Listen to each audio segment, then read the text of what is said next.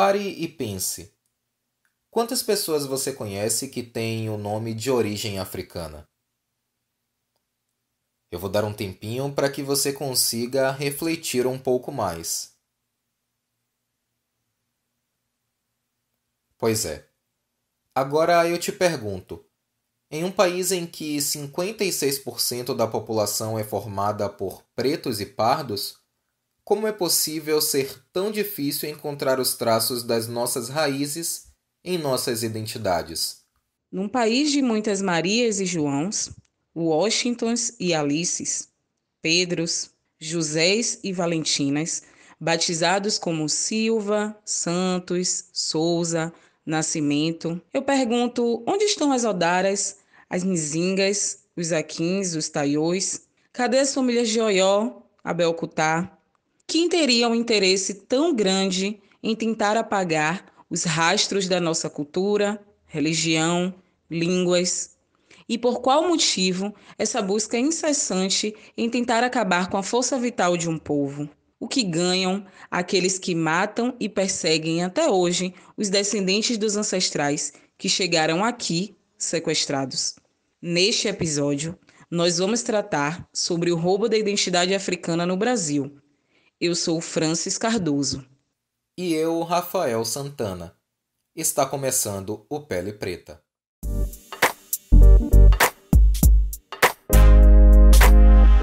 É preciso voltar alguns séculos para entender onde essa história começa, porque, naturalmente, o roubo das nossas identidades remonta ao período da escravidão.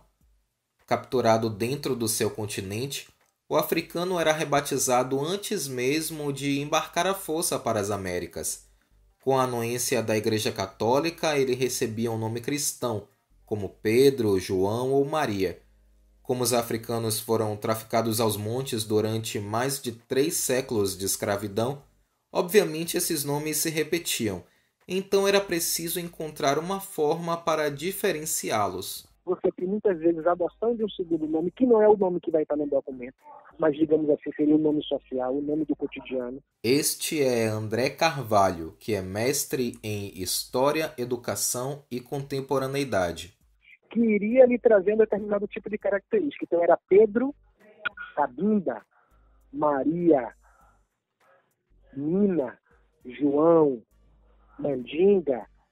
Esses nomes poderiam ter diversas origens. Às vezes a escolha do segundo nome faria referência à cidade ou ao porto em que esse sujeito foi embarcado. Então, o Negro Mina foi embarcado no porto de São Jorge da Mina. Então, ele é um Pedro Mina. Ou então, alguma outra característica poderia ser um nome que fizesse referência ao seu grupo étnico. Então, esse segundo nome poderia estar trazendo esse nome étnico. A adoção do segundo nome, tendo como nome um nome já cristão, dentro dessa perspectiva do nome do Senhor, né, vem já trazer para a gente essa perspectiva da estratégia da resistência. Em 2016, o IBGE fez uma lista com os nomes mais comuns do país, e entre os 10 primeiros, nenhuma surpresa. Maria, José, João, Antônio, Francisco, Carlos, Paulo, Pedro e Lucas. Entre os sobrenomes, os mais comuns são Silva, Santos, Oliveira, Souza e Rodrigues. Percorremos um longo caminho de negação da nossa história, das nossas origens, mas é possível dizer que, aos poucos, estamos avançando. E você vai entender sobre o que eu estou falando depois de ouvir o nosso recado. Eu quero deixar registrado os nossos agradecimentos a Vinícius Nascimento e Amanda Cardoso, que são os nossos mais recentes apoiadores no apoia.se/Pele Preta. Quem ajuda a financiar o nosso podcast tem acesso a conteúdos exclusivos que ficaram fora da edição, e também fica conhecendo com antecedência o tema do próximo episódio. Se você considera o nosso trabalho importante e tem condição de contribuir, é só entrar no apoia.se/Pele Preta e doar qualquer quantia a partir de R$10.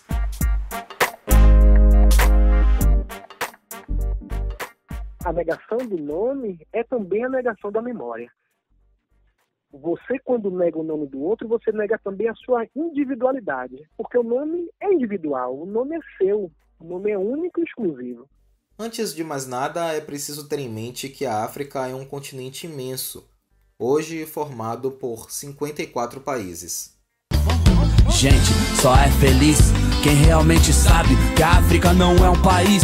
Esquece o que o livro diz. Esse exercício é importante para entender que o território africano era formado por povos de diferentes etnias, que falavam idiomas diferentes, que tinham costumes diferentes e processos ritualísticos diferentes, inclusive para a escolha dos nomes. André Carvalho, o historiador que você ouvirá ao longo deste episódio, cita o exemplo do livro Negras Raízes, de Alex Haley, para mostrar como o processo de escolha do nome era importante em determinadas comunidades africanas. O livro narra a história de Kunta Kinte, um africano de Gâmbia capturado ainda adolescente e traficado para os Estados Unidos. A obra é resultado da busca do autor no intuito de construir sua árvore genealógica. E quando a gente fala da questão do nome para os africanos, ele tem um peso importantíssimo. O africano, e aí eu vou falar a verdade agora, eu vou usar o plural, os africanos, as diversas sociedades étnicas, culturais africanas, dão um peso, um valor, um significado ao nome fundamental. Se a gente fosse buscar um exemplo, a gente poderia, por exemplo, trazer o livro de Alex Haley, O Negras Raízes, onde ele está lá falando e contando um pouquinho para a gente sobre a história do seu mais antigo ancestral, ou aquele ancestral que ele conseguiu fazer a conexão entre ele, um negro afro-americano, e o continente africano. E aí ele vai contar um pouco da história de Kunta Kinte. Então, assim, você tem todo um processo, né, onde o Moro, o pai de Kunta Kinte, ele tem 7 dias para escolher o nome dessa criança, para ele refletir sobre qual será o nome dessa criança. Porque tem um peso fundamental o nome dessa criança para a vida dessa criança e para a vida também da sociedade. O nome traz a história. O nome traz a história dos ancestrais, o nome traz a história dos antepassados. Então, depois de 7 dias, a passagem do nome dessa criança também traz um novo momento ritualístico, né? Onde primeiro ele vai sussurrar no ouvido da criança 3 vezes o seu nome. Em um segundo momento, ele vai sussurrar no ouvido da mãe dessa criança, Kunta Kinte, 3 vezes o nome, para depois ele fazer o sussurro no ouvido do representante da comunidade, que esse sim vai dizer qual é o nome para a coletividade. Então a gente percebe que tem toda uma representação por trás do nome do africano. Eu também vou recorrer a um livro, o do historiador baiano João José Reis. Em Rebelião Escrava no Brasil, a história do Levante dos Malês, o autor reserva um trecho para abordar como o processo de escolha do nome era importante para os africanos do território Iorubá, que na Bahia ficaram conhecidos como Nagôs. Para eles, o nome podia significar várias coisas, desde as condições físicas do nascimento até as circunstâncias do parto. Por exemplo, dava-se o nome de Alade a um homem nascido após o nascimento de várias mulheres da família. Então, o apagamento dessas identidades era apenas uma das formas de dominação do homem branco europeu, que buscava subjugar o negro africano de todas as formas. O batismo forçado representava para eles a passagem de africanos para a condição de escravos. Há uma história sobre uma tal árvore do esquecimento, que ficava no antigo reino de Daomé, onde hoje está situado o Benin. Por razões religiosas, os escravizados precisavam dar uma certa quantidade de voltas nela antes de embarcarem para o Brasil. Acreditava-se que assim eles esqueceriam todo o seu passado e cortariam o elo com suas raízes rumo ao novo mundo. Mas será mesmo que algumas voltas em torno de uma árvore eram o suficientes para apagar toda uma história? É claro que não. Se o homem branco europeu fazia de tudo para romper com o passado do africano, o africano fazia o que melhor sabia fazer: resistia. Era extremamente comum que eles mantivessem aqui no Brasil os seus nomes originais quando estavam entre seus pares, e chamavam esse país, veja você, de Terra de Branco. Esse é meu nome na Terra de Branco, diziam muitos deles. É aí que entra a complexidade do que a gente chama de resistência, né? O quanto essas expectativas de liberdade elas são heterogêneas. Também tem o processo de reafirmação dessa herança africana no momento em que você atribui a si e aos próximos, aos seus, nomes que façam referência a essa África, né?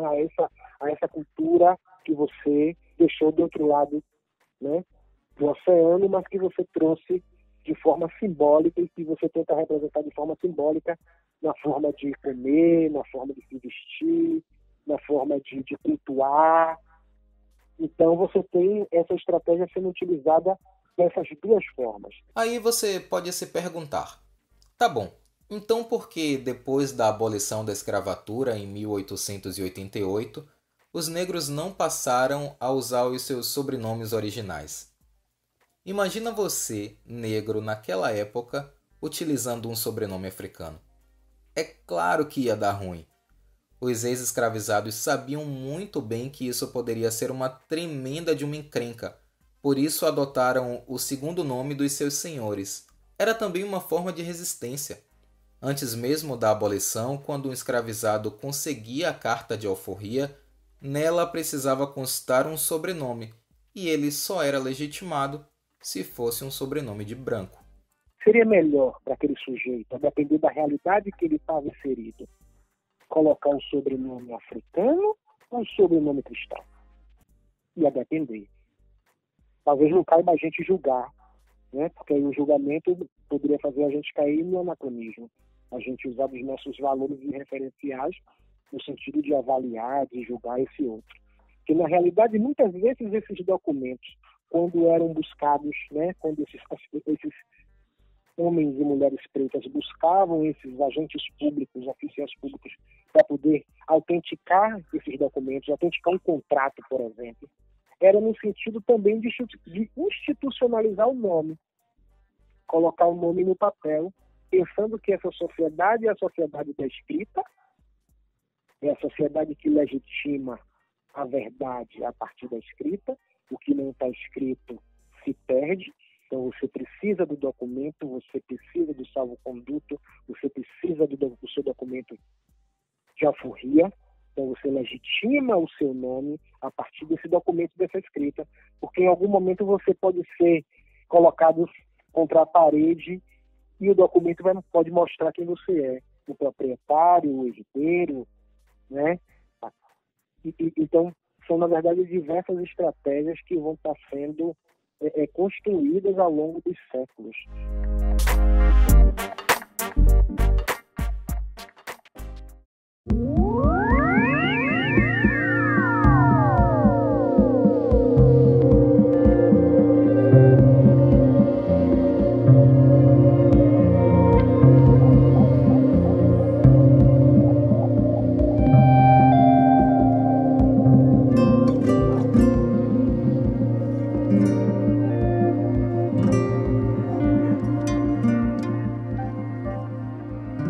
Falar sobre tudo isso me lembram muitas vivências e histórias, sobretudo quando a gente está falando de escolha do nome.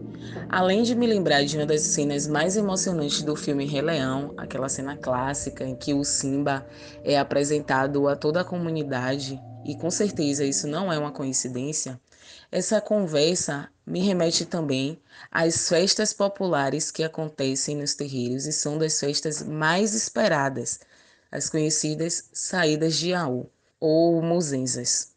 Enfim, nos terreiros de candomblé, essas festas acontecem geralmente para apresentar um filho ou uma filha de orixá que passou por um processo de reontologização, ou seja, ele renasceu para aquela espiritualidade. Talvez os católicos até nomeassem isso de batismo, mas nós chamamos em algumas casas, em alguns ilês, de iniciação ao orixá.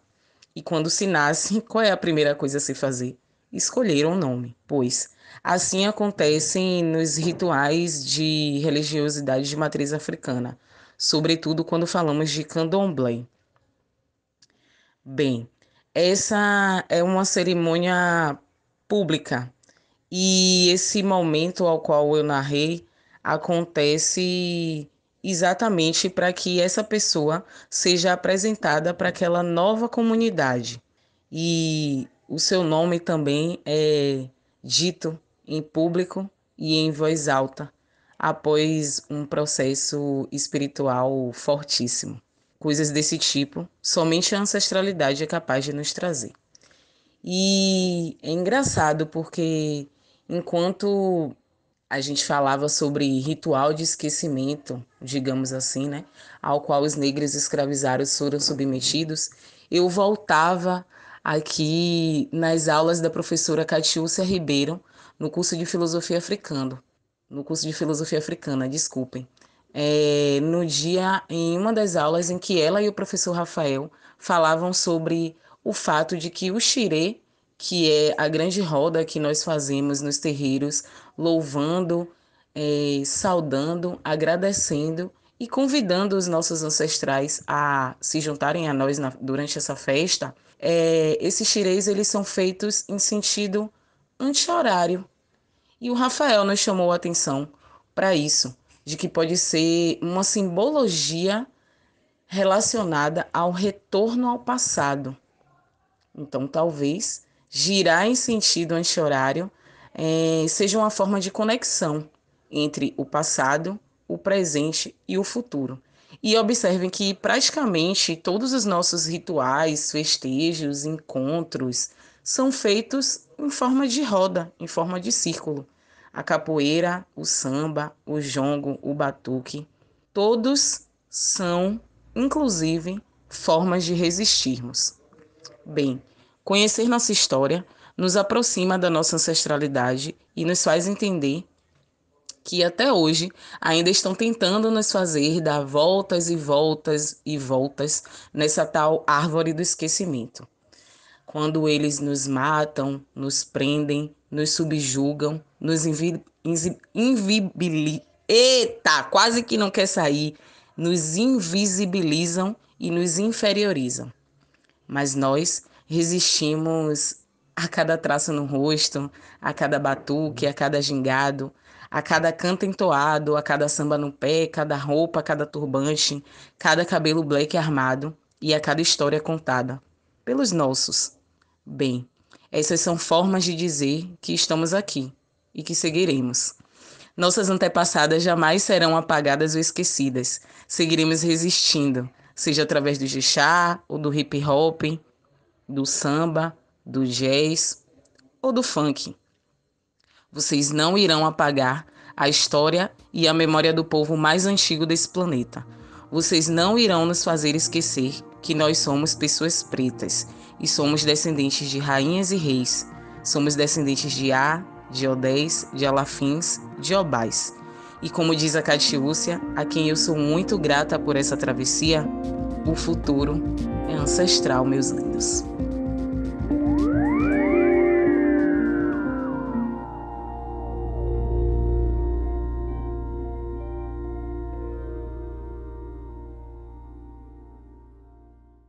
Lembra daquela pesquisa que eu citei mais cedo sobre os nomes mais comuns do Brasil? Pois bem, nela apareceram mais de 11.000 dandaras, uma referência a uma das lideranças do Quilombo dos Palmares e também Mulher de Zumbi. Outros nomes que apareceram foram Luanda, a capital da Angola, e Abdias, referência a Abdias do Nascimento, pensador e um dos grandes nomes do movimento negro no Brasil. Nossa humanidade negra ela ainda é negada. Basta a gente ver como nós fazemos parte das estatísticas, né, que nos levam para a violência, que nos levam para fora da escola, que nos levam, por exemplo, para dentro do presídio. Então, dentro desse processo de ressignificação, né, a gente chegar no século XXI e ter afro-brasileiros colocando o nome dos seus filhos, nomes que vão fazer uma referência ao continente africano, a um país da África, a um líder africano, a um líder da diáspora, né, a um Marcos Garvey, a um Malcolm X, a um Aimé Césaire, a um Frantz Fanon. Quando a gente vê esse processo, a gente consegue perceber que ainda é reflexo desse milenar, secular processo de resistência, e é esse processo mesmo de ressignificação. Então é assim, um grande movimento, uma busca por nomes africanos, étnicos africanos, como também está tendo agora na contemporaneidade uma busca imensa para que a gente possa conhecer as línguas africanas. Aqui na Bahia a gente já consegue fazer curso de Kibundo, aqui a gente já consegue fazer curso de Yorubá, por exemplo, de forma presencial. Na internet hoje a gente já consegue fazer cursos de várias línguas africanas. Isso tudo mostra essa conexão, né, que mesmo com todo o processo de negação histórica, né, no sentido de que a história oficial e a memória oficial, ela vai negar nosso vínculo com a África, ela vai reduzir, vai diminuir, vai silenciar esse vínculo que a gente tem cultural com o continente africano, com os países africanos, todo esse movimento que vem do Estado, que vem das elites. Quem está cá embaixo vem no movimento contrário, vem buscando reviver esses referenciais. Iniciativas como essa são carregadas de simbolismo e ajudam a reconfigurar as nossas identidades, assim como os brasileiros que hoje recorrem a testes para saber de onde vieram, de qual país vieram e até mesmo de qual etnia. A verdade é que sempre foi muito difícil para a população negra construir sua árvore genealógica, buscar seus ancestrais, sobretudo pela forma como nós lidamos com a memória da escravidão. Nunca é demais lembrar que, logo após a abolição, o então ministro da Fazenda, Rui Barbosa, mandou queimar documentos referentes ao período. Há registros de que isso aconteceu pelo menos na Bahia e no Rio de Janeiro. Tem quem diga que a intenção era boa, que Rui Barbosa queria impedir que os senhores pedissem indenização ao Estado pelo fim da escravidão. Mas isso, minha gente, não é comprovado. E vamos combinar que, como diz o ditado, de boa intenção, a verdade é que a destruição desses documentos foi uma perda inestimável para a população negra. Com muita luta, felizmente, nós estamos avançando.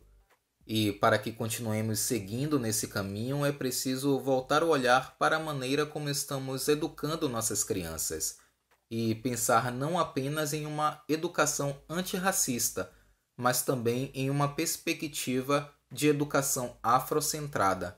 Que memória é que nós gostaríamos de preservar para as próximas gerações? Que memória que eu quero passar para os meus filhos, por exemplo, né? E que eles passem para os filhos deles. Então, eu acho que a gente precisa repensar a memória, que memória que nós temos, ao que essa memória nos conecta, lembrando que a memória é um processo de construção. Então, se ela é construída e se ela em determinado momento foi construída de forma negativa, a gente pode reconstruí-la agora de forma positiva, buscando esses novos referenciais. E a educação afrocentrada, ela vem nesse sentido de se colocar como um movimento de formação.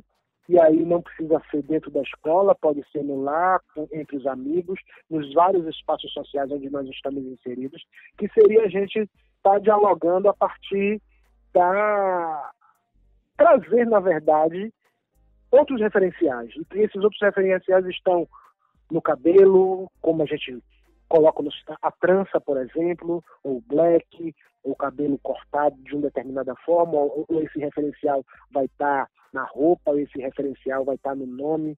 Então esse referencial pode ser recolocado, repensado, exposto, externalizado de diversas formas. Então, por exemplo, a educação afrocentrada é um movimento que vem hoje como uma dessas novas estratégias no sentido da gente construir uma nova memória.